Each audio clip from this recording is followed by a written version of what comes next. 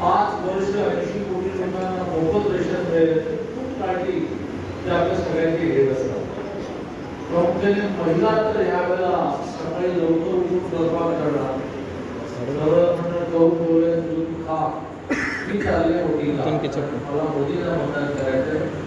तर मोदींनी सकाळी 5 ते रात्री 10 प्रत्येक तासाला महिलेचा विचार केला. 5 ला उठली, टॉयलेटला जायचं, आधी काय होतं की 7 च्या आधी फक्त जाऊन या, 7 नंतर 7 पर्यंत 12 तास टॉयलेटला जायचं नाही, बाहेर जायचं.